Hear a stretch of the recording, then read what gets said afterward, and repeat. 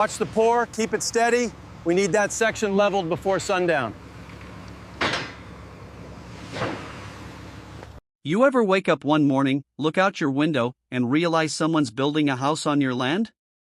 Well, imagine 12 houses. That's what happened to me. I live just outside a growing suburban town, quiet, green, and peaceful. My late father left me a 5-acre piece of land, a place I loved since childhood. For years, it just sat there, a small forest, a few walking trails, and a lot of memories. But one morning, I saw construction trucks rolling in. Big machines. Cement mixers. Workers setting up steel bars and concrete slabs. I drove straight to the site, thinking maybe there was a mistake. When I asked the foreman what they were doing, he said casually, "We're building villas for the new HOA project, Phase 2 of Silver Meadows." I froze.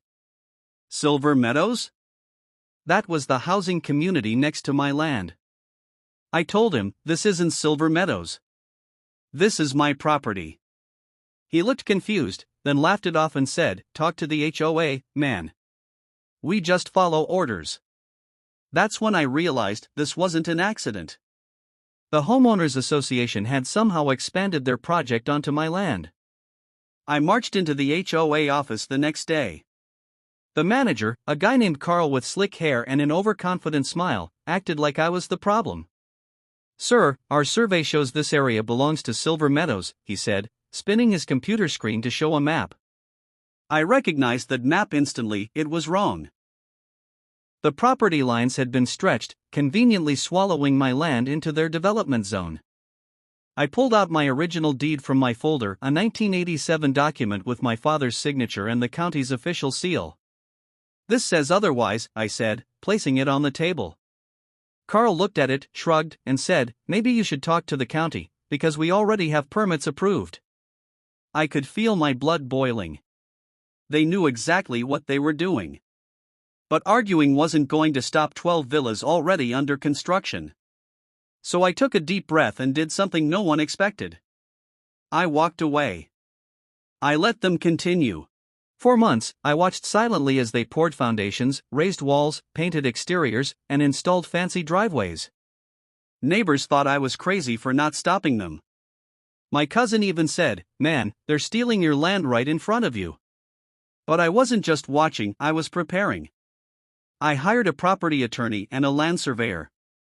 They verified everything, every inch, every legal document, every boundary marker.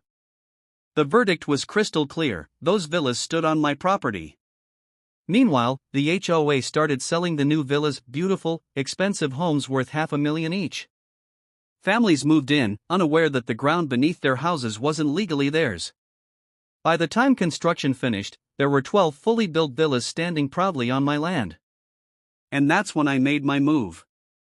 My lawyer filed a lawsuit against the HOA for trespassing, illegal development, and land theft. When we showed up in court, Carl and his team looked relaxed, like it was all just a misunderstanding. But when my attorney presented the original deed, the survey maps, and photos showing the property lines, the entire room went silent. The judge leaned forward and asked the HOA's lawyer, "Did you verify the ownership before construction?" Their lawyer stammered, "Our development team provided the site plan." The judge cut him off. "So you built 12 houses on land you didn't own?" Carl's face went pale. You should have seen their faces when I showed up after the final verdict. The HOA members stood there, speechless, as the judge's order was delivered. Some of the villa owners came to me, worried sick. I didn't blame them, it wasn't their fault. They were victims too. I offered them 2 choices. They could buy the villas from me directly at fair market price, or vacate within 6 months. Half of them chose to buy. The rest left, furious at the HOA for ruining their dream homes. Carl lost his job, and the HOA had to pay a huge settlement for unauthorized development. As for me, I sold a few of the villas, kept 2 for rental income, and turned one into a vacation home, the same land where I once played as a kid. Funny thing is, people now call it the Revenge Villas. I didn't have to shout, fight, or break anything. I just let them build, and the law did the rest. So the next time someone tries to take what's yours, remember this. Sometimes silence isn't weakness, it's strategy.